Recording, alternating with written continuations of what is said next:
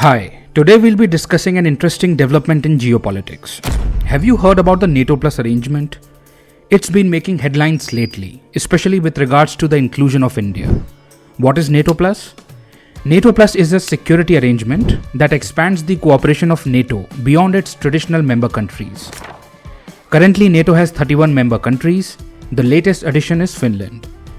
NATO Plus consists of NATO and 5 aligned nations: Australia, New Zealand, Japan, Israel, and South Korea. These countries collaborate with NATO to enhance global defense cooperation. Remember that the NATO Plus arrangement is not a formal military alliance. NATO Plus members are not bound under Article 5 of NATO to come to aid in the event of a NATO member getting attacked. NATO Plus is just an arrangement for strengthening cooperation between NATO and its partner countries. The United States is trying to include India in NATO Plus.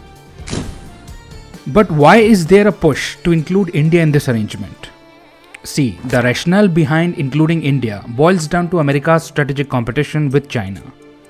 India's inclusion in NATO Plus would bring several advantages to the arrangement. India is a major regional power with a robust military and a rapidly growing economy. The US is aware that India not only has an interest but also a key role in promoting stability and security in the Indo-Pacific region, and that India shares common concerns with other NATO Plus countries regarding China's growing assertiveness in the region. The Indo-Pacific region is becoming increasingly important in the global economy and security. So by including India in the NATO Plus, the US is aiming to counterbalance China's influence in the Indo-Pacific. In recent years, China has become increasingly assertive in claiming Taiwan.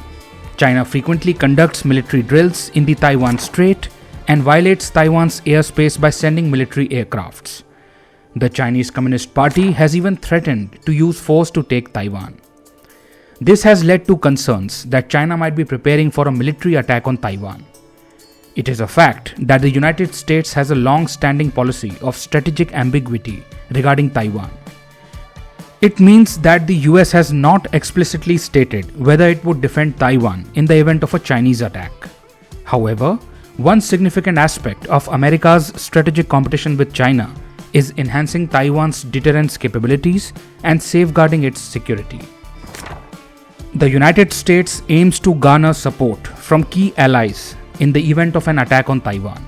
Efforts are underway to develop an economic sanctions package as a response to such an attack.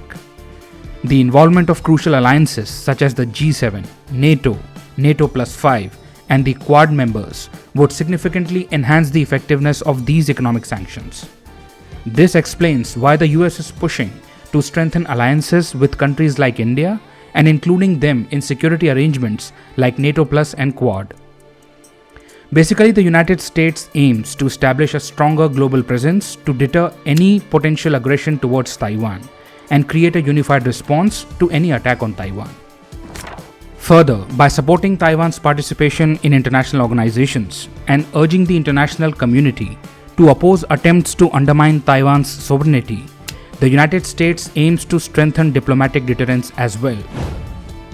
In response to the growing Chinese military threat to Taiwan, the United States has taken certain measures, such as increasing arms sales to Taiwan, increasing military exercises with Taiwan, and strengthening ties with other countries in the region, such as Japan and Australia.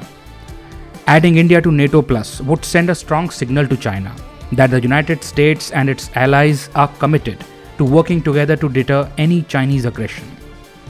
The United States recognizes the strong partnership it shares with India. It believes that India's inclusion in NATO Plus would facilitate seamless intelligence sharing between the countries. NATO member countries often engage in defense cooperation, joint exercises, and technology sharing. Including India in such arrangements could lead to increased defense collaboration, interoperability, and the sharing of military capabilities. India's large and well-trained military would gain access to the latest military technology without significant delays. That could enhance the combined preparedness against any aggression from China. In fact, adding India to the arrangement would further strengthen NATO's ability to respond to threats from any direction. As of now, the recommendation to include India in NATO Plus comes from the House Select Committee. What committee is this? This committee is the House Select Committee on the strategic competition between the United States and the Chinese Communist Party. It is popularly called the China Committee. It's important to note that this is just a recommendation at this stage. The decision ultimately rests with the member nations of NATO and the countries already part of NATO+. Also, both existing NATO Plus members and the country in question, which is India, must be willing to adhere to the obligations and responsibilities associated with membership. It is a complex process involving diplomatic discussions, negotiations, and consensus building among the participating nations. It would necessitate a thorough evaluation of factors such as geopolitical dynamics and regional security concerns. International security cooperation is undoubtedly a dynamic field, constantly evolving to meet new challenges.